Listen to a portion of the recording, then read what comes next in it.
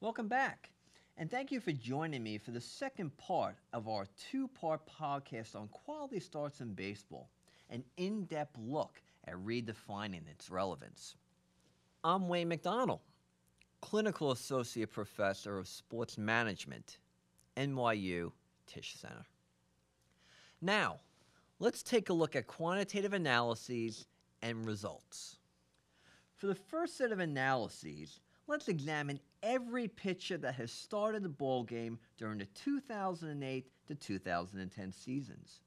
Obviously, the analyses will include your traditional starting pitchers, but we will also see a wide array of relief pitchers that were called into duty to make a spot start or two, minor league call-ups for a handful of starts, and relief pitchers who are temporarily starting pitchers, and vice versa.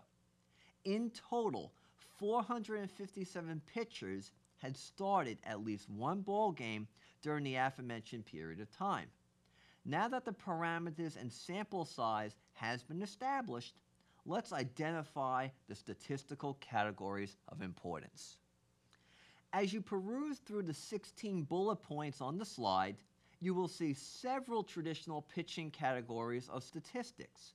However, the primary focus of the analyses will center on the italicized statistics highlighted in yellow in an attempt to identify trends pertaining to durability, effectiveness, and efficiency in starting pitchers. The following slide provides an overall summary of 7 statistical categories of interest. At first glance, the most intriguing statistic is the pitches per game started.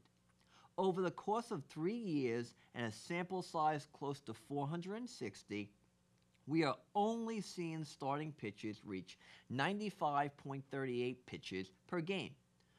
While the statistic isn't surprising by any means, it does support the argument that ball clubs are fixated on maintaining pitch counts around 100 pitches.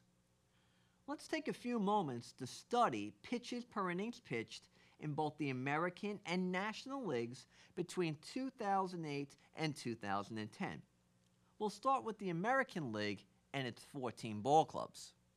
As you can see from the American League column chart, the pitchers that had started the ball game for the Baltimore Orioles had averaged 16.92 pitches per innings pitched, the highest in the American League during this period of time. On the other end of the spectrum, the Chicago White Sox surprisingly had the lowest pitches per innings pitched at 15.52. In the National League, the Cincinnati Reds achieved the highest pitches per innings pitched by starting pitchers with 16.79, while the St. Louis Cardinals accumulated the lowest pitches per innings pitched at 15.53. In total, the top 5 ball clubs in terms of highest pitches per innings pitched in all of baseball are the Orioles, the Reds, the Mets, the Rangers, and the Royals. The top 5 ball clubs in terms of the lowest pitches per innings pitched in all of baseball are the White Sox, the Cardinals, the Twins, the Braves, and the Phillies. Now, let's take a look at innings pitched per game started 2008 to 2010. The following line chart summarizes the innings pitched per game started for all of Major League Baseball. As you can see by the 2 numbers highlighted in yellow, the Los Angeles Angels of Anaheim had the highest innings pitched per game started during the last 3 seasons at 6.13, while the Washington Nationals had the lowest innings pitched per game started at 5.47. Our next statistic of interest is pitches per game started 2008 to 2010. In the pitches per game started line chart, once again, the Los Angeles Angels of Anaheim came out on top in the pitching category. This time, the Angels starting pitchers were able to average 99.51 pitches per game started. Unfortunately, the Washington Nationals, yet again, finished last in the pitching category as their starting pitchers were only able to average 90.64 pitches per game started. The following 3 slides compare John Lowe's traditional definition of a quality start with the Nolan-Ryan theory. The 2008 to 2010 time period is still the basis for examination, but now we are able to add names and statistics to the definitions. While the names will not be surprising to anyone, it is still fascinating to see how many quality starts have been accumulated by the game's best pitchers when both definitions of a quality start are applied. The first slide is a head-to-head comparison column chart that compares Lowe's definition versus Ryan's definition. Obviously, Lowe's definition of a quality start will include a larger sample of pitchers due to the inning difference between theories, but it is still worth seeing the comparisons. The second slide, entitled Most Quality Starts 2008 to 2010, lists the top 5 pitchers in quality starts. As you can see, the names on this slide represent the elite starting pitchers in the game today. Each of these pitchers have amassed more than 70 quality starts on top of leading baseball in several statistical categories that we will discuss in the coming moments. The final slide in this section focuses on the top 5 pitchers based on Nolan-Ryan's definition of a quality start. Quite similar to the previous slide, the names are the same with the exception of Cliff Lee replacing Zach Greinke. However, CC Sabathia and Roy Halladay assumed the first and second positions instead of Felix Hernandez and Tim Lincecum. Now, let's take our 2 definitions of a quality start and compare them in both the American and National Leagues over the past 3 seasons.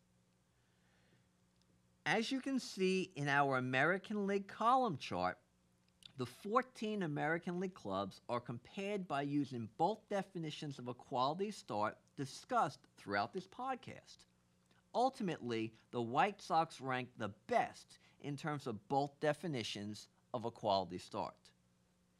In our National League column chart, the 16 National League clubs are compared by using the same 2 definitions of a quality start that were applied to the previous slide.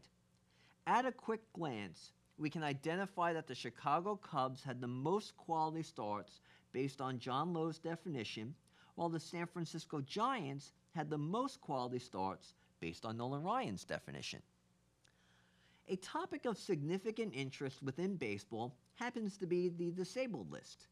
In the following 4 slides, we'll look at the disabled list in a unique yet abbreviated manner. During the research on quality starts and pitch counts, 396 occasions were identified where pitchers that had started ball games between the 2008 and 2010 seasons had appeared on the 15-day, 60-day, or both disabled lists.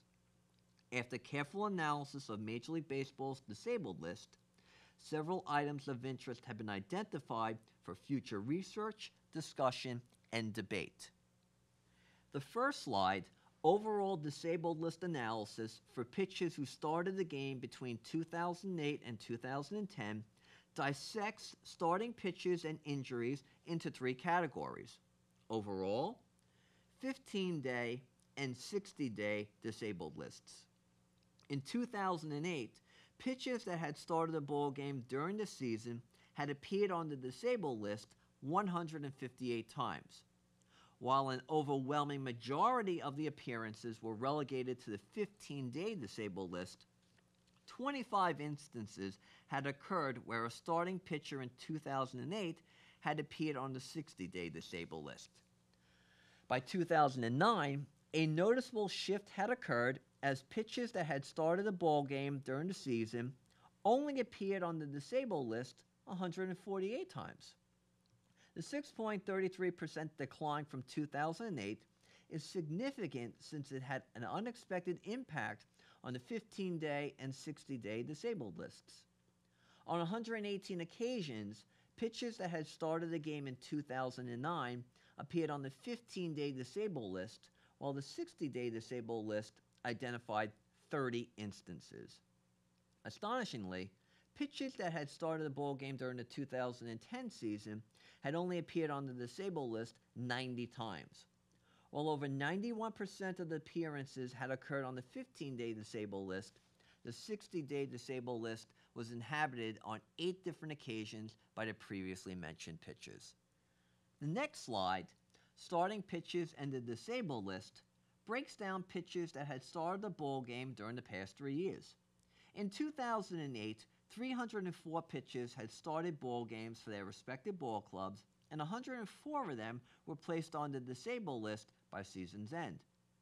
In 2009, we saw 310 pitchers start ball games for 30 ball clubs in Major League Baseball, and 97 of them were placed on their respective ball club's disabled list. However, by 2010, 273 pitchers had started ball games during the course of the season, and only 73 of them were placed on the disabled list. The third slide, 10 most common disabled list injuries, 2008 to 2010, brings to the forefront what types of injuries starting pitchers were experiencing over the course of 3 years. After sifting through hundreds of injuries, ailments, and maladies that led starting pitchers to appearances on the disabled list, it wasn't too hard to identify repetitive injuries or explanations of injuries. The following chart summarizes the 10 most common disabled list injuries over the last 3 seasons. As you can clearly see, various shoulder ailments occupy significant spots on the list. The final slide in this section takes a closer look at the team-by-team disabled list analyses for starting pitchers in 2008 to 2010. The following line chart breaks down the 15-day and 60-day disabled lists for all of the ball clubs throughout baseball. Surprisingly, the Texas Rangers had the most pitchers that had started a game and wound up on the 15-day disabled list, while the San Francisco Giants only had 5 starting pitchers that fell into this category. The 15-day disabled list figure for the Rangers is somewhat disturbing. After further research, it was determined that in 2008, the Rangers have recorded 15 occasions where a starting pitcher had appeared on the disabled list. The injuries range from strained neck muscles, groins, hamstrings, and blisters to more serious injuries such as elbow and shoulder inflammation, strained elbows, and rotator cuffs.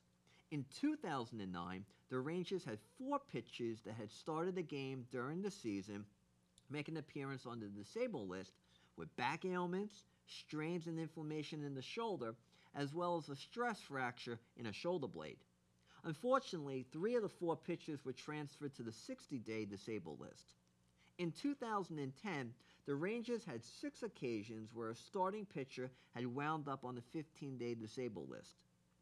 For the most part, the ailments were limited to bone bruises, gluteal and oblique strains, as well as biceps and shoulder tendinitis. Immediately, critics of Nolan Ryan and his philosophies on pitching will point to the disabled list and equate these injuries to his aggressive management of pitchers. However, there isn't enough evidence to link the pitcher's injuries to Ryan's philosophies just yet. This is a topic where further research is necessary.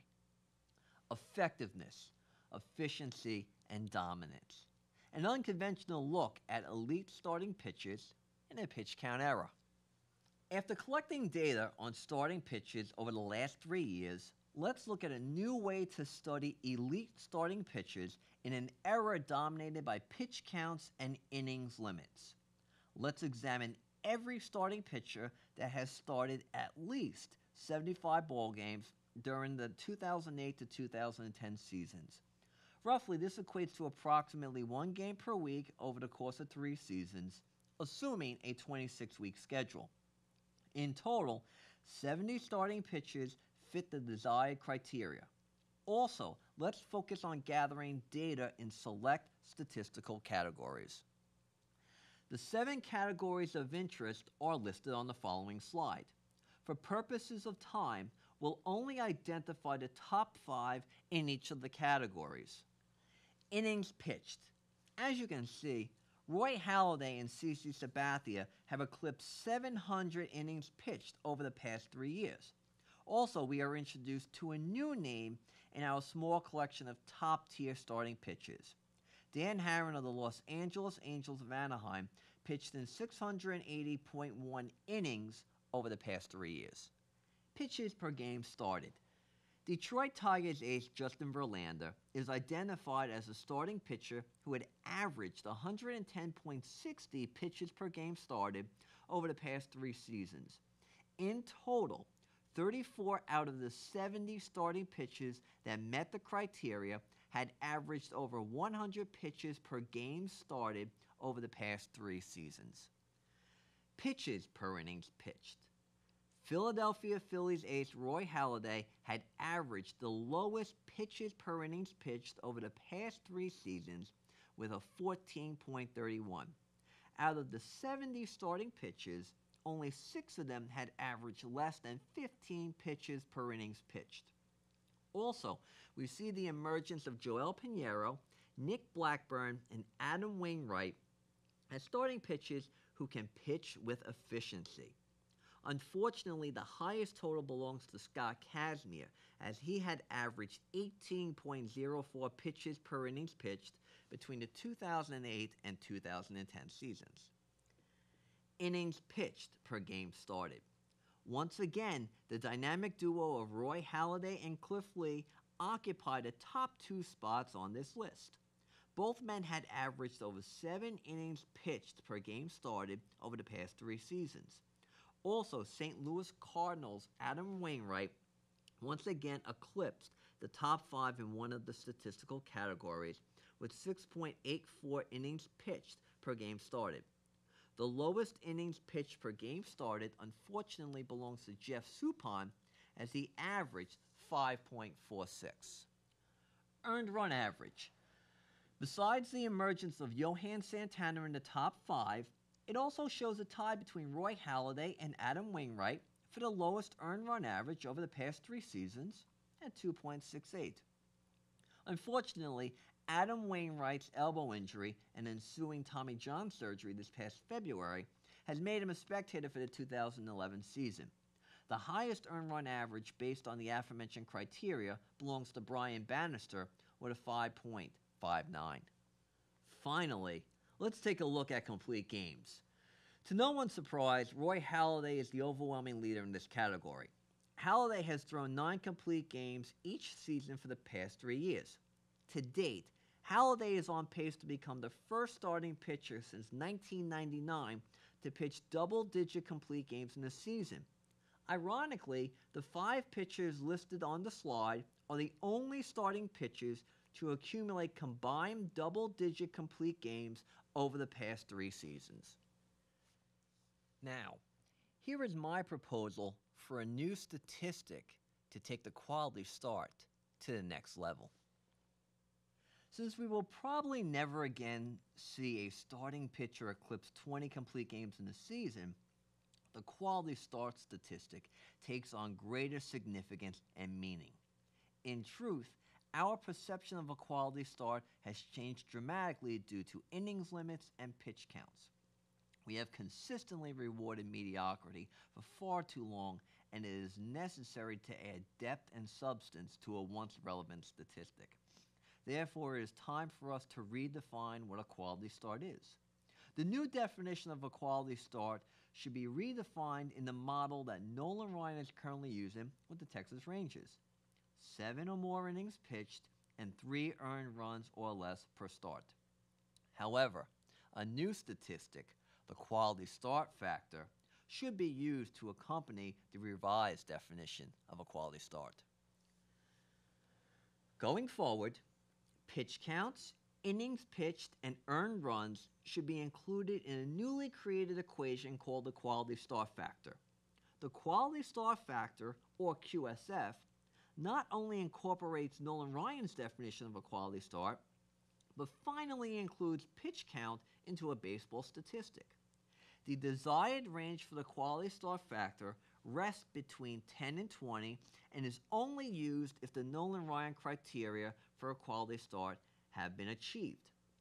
The most desirable scores are obviously closer to 10. If a pitcher were to achieve a score of 10, based on the quality start factor, that would mean they didn't allow an earned run over 9 innings and only threw 90 pitches. On the other hand, a pitcher could earn a score of 20 if they allowed 3 earned runs on 137 pitches over 7 innings. While the outing still qualifies as a quality start under the new definition, the quality start factor penalizes the starting pitcher for reaching the maximum limit for earned runs allowed and the minimum requirement for innings pitched, on top of a pitch count that pushes 140. Let's look briefly at 3 random examples from this season of the quality start factor by comparing the performances of pitchers Clayton Kershaw, James Shields, and Justin Verlander. One of the main reasons why Clayton Kershaw was able to achieve a quality start factor of 12.89 is because he threw a complete game on only 114 pitches while surrendering 2 earned runs. In the case of James Shields, he met the minimum requirements for a quality start under Nolan Ryan's theory and only threw 101 pitches in the process. Even though Justin Verlander didn't yield a single earned run over 7 2/3 innings pitched, he did accumulate a rather large pitch count of 132. The combination of the high pitch count and inability to throw a complete game led to a rather high score on the quality start factor. One of the most coveted free agents this offseason could be the New York Yankees ace, CC Sabathia. According to Cott's baseball contracts, Sabathia's contract with the Yankees has an opt-out clause at the conclusion of the 2011 season. Currently, Sabathia is earning an estimated $23 million this season. Many are of the belief that Sabathia will opt out of his contract and seek a deal that is currently greater than the 4 years and $92 million left on his current contract. As we have seen in several of the analyses presented throughout this podcast, CC Sabathia is one of the best pitchers in the game today. While opting out of a highly lucrative contract with a perennial contender for the World Series is a calculated risk, it's fair to say that if Sabathia does test free agency, he will have many interested suitors. Out of all of the endearing qualities that Sabathia possesses as a person and as a pitcher, it's his durability that sets him apart from almost all of his contemporaries. Therefore, Sabathia would be the ideal candidate to demonstrate how the quality start factor works. Let's take a quick look at CC Sabathia's 9 quality starts through July 10th that conform with the Nolan Ryan theory on quality starts and apply the quality start factor to each of them. Sabathia's performance against the Tampa Bay Rays on July 10th produced the lowest quality start factor at 12.56 due to the balance between innings pitched, 9, earned runs, 0, and pitches thrown, 113. However, his performance on June 30th against the Milwaukee Brewers produced the highest quality start factor at 16.39. Even though Sabathia had thrown 7 innings and had not allowed a single earned run, he did throw 118 pitches. In closing, the current definition of a quality start has almost become irrelevant due to a conservative approach to pitching adopted by several franchises within Major League Baseball. Unfortunately, the quality start statistic currently lacks the potency it once had to clearly identify performances worthy of distinction by starting pitchers. If minor revisions are made, quality starts could, once again, become an invaluable instrument. Nolan Ryan's theory on quality starts should be universally accepted, and further research needs to be conducted on the relationship between pitch counts and injuries. This leads us to the end of part 2 of a 2-part series on quality starts in baseball, an in-depth look at redefining its relevance. I hope that you enjoyed the podcast today and found the information to be insightful and informative. For additional commentaries on the business of baseball, you can follow me on Twitter or on Forbes.com's Sports Money section.